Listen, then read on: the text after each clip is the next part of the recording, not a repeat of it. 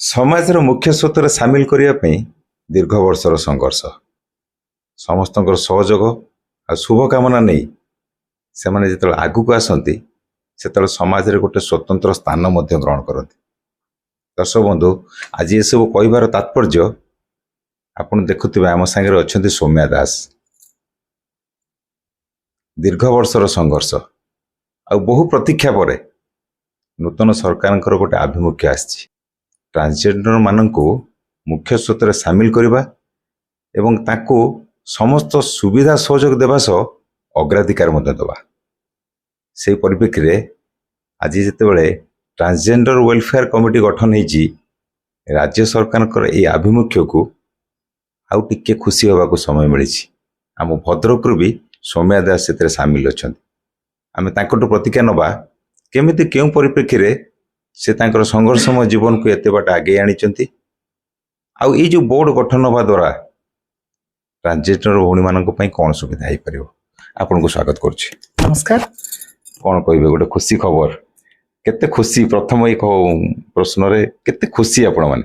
ନିହାତି ଭାବରେ ଆମେ ତ ବହୁତ ଖୁସି ଅଛୁ। କେବଳ ମୁଁ ନୁହଁ, ପୁରା ଆମର ଓଡ଼ିଶା ସାରା କମ୍ୟୁନିଟି ମେମ୍ବର ମାନେ ସମସ୍ତେ ଖୁସି ଅଛନ୍ତି। ଯାହାକି ଦୀର୍ଘ ଦିନ ଧରିକିରି ଆମର ଯେଉଁ ୱେଲଫେୟାର ବୋର୍ଡଟି ଗଠନ ହେଇପାରୁନଥିଲା, ବର୍ତ୍ତମାନ ଆମର ବିଜେପି ସରକାର ଆସିବା ପରେ ଏଇ ୱେଲଫେୟାର ବୋର୍ଡଟି ଗଠନ ହେଇଛି। ତ ସେଥିପାଇଁ ଆମ କମ୍ୟୁନିଟି ମେମ୍ବର ମାନେ ବହୁତ ଖୁସି ଅଛନ୍ତି।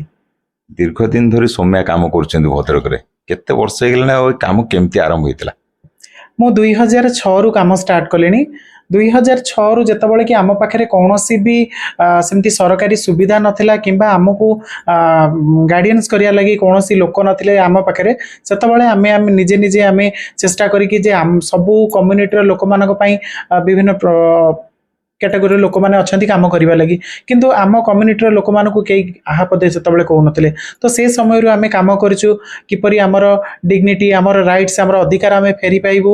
ତ ସେଥିପାଇଁ ଆମେ ସବୁବେଳେ ଚେଷ୍ଟା ଜାରି ରଖିଥିଲୁ, ଆଉ ଆଜି ତାର ଫଳସ୍ୱରୂପ ଆମକୁ ମିଳିଛି। ସୌମ୍ୟାଙ୍କର ଗୋଟେ ସଂଘର୍ଷପୂର୍ଣ୍ଣ ଜୀବନ ଅଛି। ନିଶ୍ଚିତ ନିଶ୍ଚିତ। ଆପଣ କେବେ ବି କ୍ୟାମେରା ସାମ୍ନାକୁ ଆସିବା ପାଇଁ ଏତେ ଚାହାନ୍ତିନି।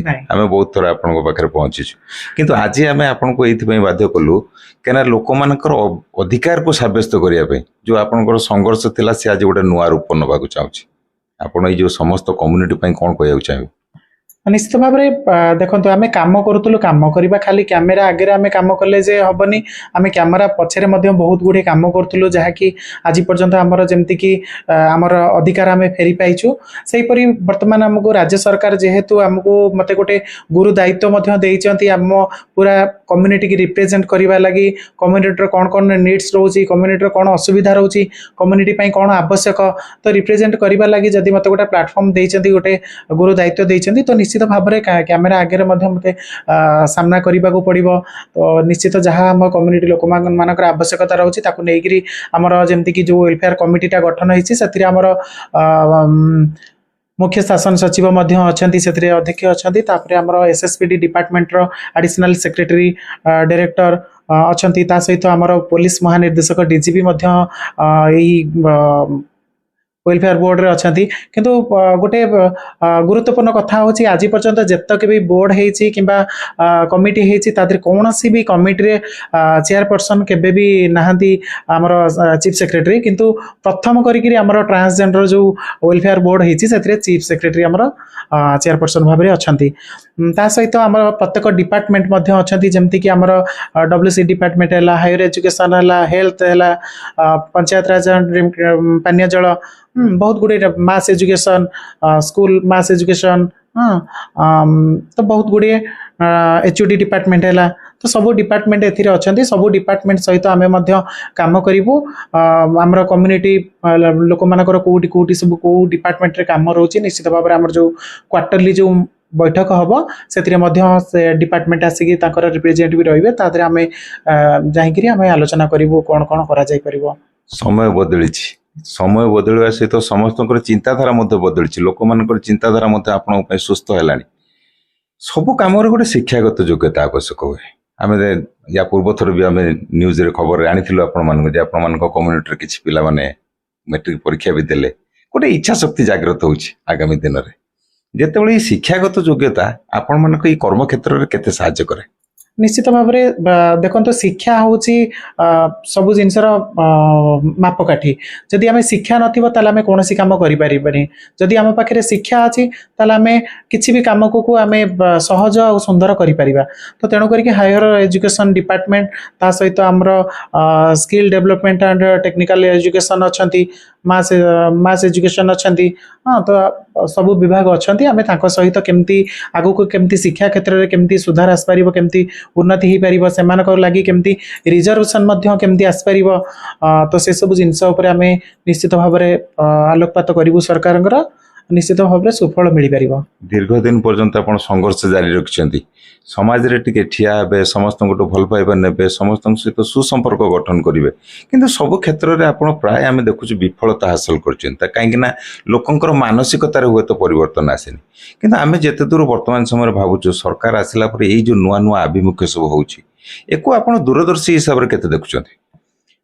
ଦେଖନ୍ତୁ, ଆମେ ଆମର କର୍ତ୍ତବ୍ୟ କରିବା, ଆମେ କାମ କରି ଚାଲିବା। କିନ୍ତୁ ଆମେ ଯଦି କିଏ କ'ଣ କହିଲା କ'ଣ କଲା ଆମେ ସେ ଜିନିଷକୁ, ଯଦି ଆମେ ଗୋଟେ ଜିନିଷ ଆମେ କାମ କରୁଛୁ, କାମ କରତେ କରତେ ଆମେ ଯଦି ହାର ମାନୁଛୁ, ଆମେ ସେଠି ହାର ମାନିବାର ନାହିଁ। ଆମେ ଆଗକୁ କାମ କରି ଚାଲିବା, ନିଶ୍ଚିତ ଆମେ ସଫଳତା ପାଇବା।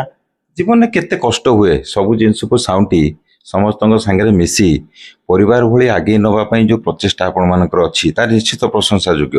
କିନ୍ତୁ ଆପଣ କେମିତି ଭାବୁଛନ୍ତି ବର୍ତ୍ତମାନ ସମୟରେ ଲୋକଙ୍କ ଚିନ୍ତାଧାରା ବଦଳିଗଲାଣି? ଦେଖନ୍ତୁ, ଜୀବନର ଅନ୍ୟ ନାମ ହେଉଛି କଷ୍ଟ। କଷ୍ଟ ନାହିଁ ତ ଜୀବନର କିଛି ସ୍ୱାଦ ହିଁ ନାହିଁ। ତ କେବଳ ଟ୍ରାନ୍ସଜେଣ୍ଡର କମ୍ୟୁନିଟିରେ କଷ୍ଟ ନାହିଁ, ସମସ୍ତଙ୍କ ଜୀବନରେ ଅଲଗା ଅଲଗା ପ୍ରକାରର କଷ୍ଟ ଥାଏ। ସେମିତି ଆମ ଟ୍ରାନ୍ସଜେଣ୍ଡର କମ୍ୟୁନିଟିର ଲୋକମାନଙ୍କ ମଧ୍ୟରେ ମଧ୍ୟ ବିଭିନ୍ନ ପ୍ରକାର କଷ୍ଟ ରହିଛି। ଯେମିତି ସେମାନେ ଘରୁ ବାହାରି ଆସୁଛନ୍ତି, ଘରେ ଆକ୍ସେପ୍ଟାନ୍ସ ନାହିଁ, ସୋସାଇଟିରେ ଆକ୍ସେପ୍ଟାନ୍ସ ନାହିଁ, ଏମିତି ବହୁତ ପ୍ରକାରର ପ୍ରୋବ୍ଲେମ୍ ରହିଛି ସେମାନଙ୍କର। ତ ବହୁତ ଲୋକ ଅଛନ୍ତି ସେ ଜିନିଷ ଗୁଡ଼ାକୁ ନଜର ଅନ୍ଦାଜ କରିକିରି ସେମାନଙ୍କୁ ବିଭିନ୍ନ ପ୍ରକାର ଆକ୍ଷେପ କରିଥାନ୍ତି। ତ ବହୁତ ଜଣ ଅଛନ୍ତି ଆହା ପଦେ କହିଥାନ୍ତି। ତ ଆମେ କାହା ନଜର ଇଏ କରିବା, କାହାର ଆହା ପଦକୁ ଆମେ ଇଏ ନ କରିକିରି ଆମେ କେମିତି ଆଗକୁ କେମିତି ବଢ଼ିବା, ସେଇଟା ଆମର ହେଉଛି ମୂଳ ଲକ୍ଷ୍ୟ। ଯଥେଷ୍ଟ ପରିଶ୍ରମ ରହିଛି। ଯେତେବେଳେ ସୌମ୍ୟା କାମ ଆରମ୍ଭ କରିଥିଲା ଆମେ ସେବେଠୁ ଦେଖିଛୁ ଦୀର୍ଘ 15 ବର୍ଷ ଭିତରେ ସମୟ ବହୁତ ପରିବର୍ତ୍ତନ ହେଇଛି। ଭଦ୍ରକ ସବୁବେଳେ ଚର୍ଚ୍ଚାରେ ଥାଏ, ରାଜନୀତିଠୁ ଆରମ୍ଭ କରି ଶିକ୍ଷା କ୍ଷେତ୍ରରେ ଭଦ୍ରକ ସବୁବେଳେ ଚର୍ଚ୍ଚାରେ ଥାଏ। ଆଜି ମଧ୍ୟ ଭଦ୍ରକ ଚର୍ଚ୍ଚାରେ ଅଛି ଆପଣଙ୍କ ପାଇଁ। ଏ ଭଦ୍ରକବାସୀଙ୍କୁ କ'ଣ କହିବେ? ନିଶ୍ଚିତ ଭାବରେ ଭଦ୍ରକ ତ ସବୁବେଳେ ଚର୍ଚ୍ଚାରେ ରହିଥାଏ। ତ କିଛି ଦିନ ପୂର୍ବରୁ ଆପଣ ଦେଖିଥିବେ ଆମର ଯେମିତି 10-12 ଜଣ ଟ୍ରାନ୍ସଜେଣ୍ଡର ପିଲାମାନେ ମଧ୍ୟ 10ମ ଶ୍ରେଣୀ ପାଠ ପଢ଼ିକି ସେମାନେ ପାସ୍ କରିଥିଲେ। ସେତେବେଳେ ମଧ୍ୟ ଚର୍ଚ୍ଚାରେ ରହିଥିଲେ। ସେତେବେଳେ ଡିପାର୍ଟମେଣ୍ଟରେ ମଧ୍ୟ ଏଇଟା ବହୁତ ହଇଚଇ ସୃଷ୍ଟି କରିଥିଲା। ତା ସହିତ ସବୁବେଳେ ଚର୍ଚ୍ଚା ତ ଲାଗି ରହିଛି। ତା ସହିତ ଆମକୁ ଆଗକୁ ବଢ଼ିବା ଲାଗି ଆମକୁ କଷ୍ଟ କରିବାକୁ ପଡ଼ିବ, ସଂଘର୍ଷ କରିବାକୁ ପଡ଼ିବ। ତ ଯେହେତୁ ମୋତେ ସରକାର ଗୋଟେ ଗୁରୁ ଦାୟିତ୍ୱ ଦେଇଛନ୍ତି, ଏତେ ବଡ଼ ଦାୟିତ୍ୱ ଦେଇଛନ୍ତି, ତ ମୋତେ ବହୁତ ଖୁସି ଅଛି। ମୁଁ ତଥାପି ମୁଁ ଚେଷ୍ଟା କରୁଛି କେମିତି କ'ଣ ଆମ କମ୍ୟୁନିଟିର ଭଲ ହେବ, କେମିତି ତାଙ୍କ ପାଖରେ ମୁଁ କମ୍ୟୁନିଟି ପାଖରେ ପହଞ୍ଚି ପାରିବି, ସେମାନଙ୍କର ଯେଉଁଟା ଉଦ୍ଦେଶ୍ୟ ରହୁଛି, ଯେଉଁଟା ସେମାନଙ୍କର ଦରକାର ରହୁଛି, ସେଇଟା କେମିତି ମୁଁ ସରକାରଙ୍କ ପାଖରେ ଉପସ୍ଥାପନା କରିକି କେମିତି ସେମାନଙ୍କୁ ସୁବିଧା ସୁଯୋଗ ଗୁଡ଼ାକ ଯୋଗାଇ ଦେଇପାରିବି। ତା ସହିତ ସରକାରଙ୍କର ଯେଉଁ ସ୍କିମ୍ ଗୁଡ଼ାକ ରହିଛି ସେଗୁଡ଼ାକୁ କେମିତି ସଠିକ୍ ଭାବରେ କେମିତି ପରିଚାଳନା ହେବ, କେମିତି ଲୋକମାନଙ୍କ ପାଖରେ ପହଞ୍ଚିବ, ସେଇଟାକୁ ମଧ୍ୟ ତଦାରଖ କରିବାକୁ ପଡ଼ିବ। ଦୀର୍ଘ ଦିନର ସଂଘର୍ଷ ଭିତରେ ଯେତେବେଳେ ସମଗ୍ର ଭଦ୍ରକ ଜିଲ୍ଲାର ଟ୍ରାନ୍ସଜେଣ୍ଡରଙ୍କ ପାଇଁ ଆପଣ ଜଣେ ଗୁରୁମା ହିସାବରେ କିମ୍ବା ଜଣେ ଦିଗ୍ଦର୍ଶକ ହିସାବରେ ଅଛନ୍ତି, ଏଇଟା କହିବା ବି ଆମେ ଭୁଲିଯିବା ଉଚିତ ନୁହଁ ଯେ ଆପଣଙ୍କର ଦୀର୍ଘ ଦିନର ସଂଘର୍ଷ, ଆପଣ ଆଶା କରୁଛନ୍ତି କି ଆଗାମୀ ଦିନରେ ଏ ସଂଘର୍ଷ ଗୋଟେ ପରିବର୍ତ୍ତନର ସ୍ୱର ହେବ? ହଁ, ନିଶ୍ଚିତ ଭାବରେ ପରିବର୍ତ୍ତନ ସ୍ୱର ହେବ। କାହିଁକି ନା ଦେଖନ୍ତୁ, ମଣିଷ ପାଖରେ ଯେତେବେଳେ କୌଣସି ପ୍ରକାର ଉତ୍ସ ନଥାଏ ସେମାନେ ବାଧ୍ୟ ହୋଇକରି କୌଣସି ନା କୌଣସି କାମ କରିବାକୁ ବସନ୍ତି। ତ ନିଶ୍ଚିତ ଭାବରେ ସରକାରୀ ସ୍ତରରେ ଯେହେତୁ ପରିବର୍ତ୍ତନ ଆସିଛି, ନିଶ୍ଚିତ ଭାବରେ ଆମେ ଚେଷ୍ଟା କରିବୁ କେମିତି ସେମାନଙ୍କ ଲାଗି ସେମିତି ରୋଜଗାର ପନ୍ଥା କ୍ରିଏଟ୍ କରିବୁ, ସେମାନଙ୍କ ଲାଗି ସେମିତି ପ୍ଲାଟଫର୍ମ ତିଆରି କରିବୁ, ସେମାନଙ୍କୁ ସେମିତି ରାସ୍ତା ଦେଖେଇବୁ, କେମିତି ସେମାନେ ଭଲ ରାସ୍ତାରେ ଯିବେ, କେମିତି ଭଲ ମଣିଷ ହେବେ। ନିଶ୍ଚିତ ଭାବରେ ଆମେ ଚେଷ୍ଟା କରିବୁ। ଆଉ ଯେଉଁମାନେ ଚାହିଁବେ ଭଲ ରାସ୍ତାରେ ଯିବା ଲାଗି, ସେମାନେ ଓବିୟସଲି ଭଲ ରାସ୍ତାରେ ହିଁ ଯିବେ, ସେମାନଙ୍କୁ କହିବାକୁ ପଡ଼ିବନି। ତ ଆମର କାମ ହେଉଛି ସେମାନଙ୍କ ଲାଗି ଭଲ ପ୍ଲାଟଫର୍ମ କ୍ରିଏଟ୍ କରିବା ଆଉ ସେମାନଙ୍କୁ ଆକୃଷ୍ଟ କରିବା। ତ ନିଶ୍ଚିତ ଭାବରେ ସୌମ୍ୟଙ୍କ ପାଖରେ ସେ ଆତ୍ମବିଶ୍ୱାସ ଅଛି, ସେ ଦୃଢ଼ତାର ସହିତ କହିପାରିବେ ଯେ ଏହି କାର୍ଯ୍ୟକ୍ରମକୁ ଯଥେଷ୍ଟ ଆଗକୁ ନେଇ ହେବ? ନିଶ୍ଚିତ ଭାବରେ ମୁଁ ଆଗକୁ ତ ନେଇପାରିବି, ବଟ୍ ସମସ୍ତଙ୍କର ଆମ କମ୍ୟୁନିଟିର ପୁରା କମ୍ୟୁନିଟିର ସେଥିରେ ସହଯୋଗ ନିହାତି ରହିବା ଦରକାର। ତା ସହିତ ଆମର ରାଜ୍ୟ ସରକାରଙ୍କ ସବୁ ବିଭାଗର ମଧ୍ୟ ବହୁତ କର୍ତ୍ତବ୍ୟ ରହୁଛି। ସେମାନେ ବି ଆମେ ଯେଉଁ ଜିନିଷଟାକୁ ନେଇକି ସେମାନଙ୍କୁ ଉପସ୍ଥାପନା କରିବୁ, ସେଇ ଜିନିଷକୁ ସେମାନେ ସଠିକ୍ ଭାବରେ କାର୍ଯ୍ୟକାରୀ କଲେ ନିଶ୍ଚିତ ଭାବରେ ସବୁ ଜିନିଷ ସଫଳ ହୋଇପାରିବ।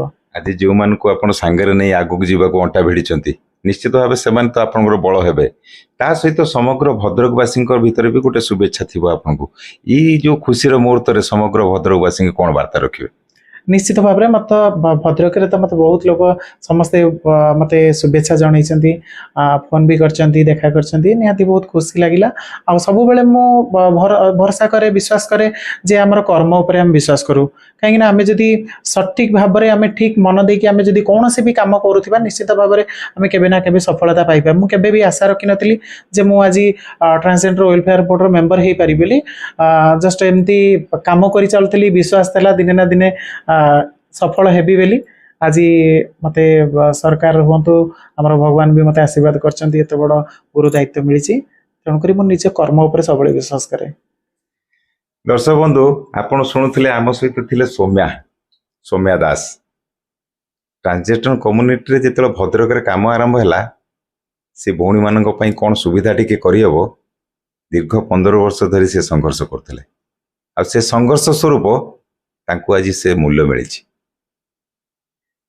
कर्म विश्वास करती से भगवान आशीर्वाद एवं लोक मानकर शुभेच्छा और सहयोग ताकू नहीं से सफलतार सीढ़ी चढ़े बोली आशा रखिले एवं आमे मध्य आम चैनल माध्यम आपको ये कही रखुचु जो मैंने दीर्घ दिन संघर्ष करी मुख्य स्रोत में सामिल होगापाई तांकर निष्ठा और एकाग्रता को कर्म रूप में पालन करी आछंती आपण मानकर छोटिया आशीर्वाद और छोटिया सहयोग ही ताको निश्चित भाव से सफलतार पाद और से सफलतार स्वाद चखेब आमे ये आशा करचु जो निष्ठा एकाग्रता और दृढ़तार सहित से निजर शिक्षागत योग्यता को एक सफल रूपायन देवाई चेष्टा कर आगामी दिन में भद्रक उदाहरण हो साजिब भद्रक प्रभात विजय आरसीएन ओडिया।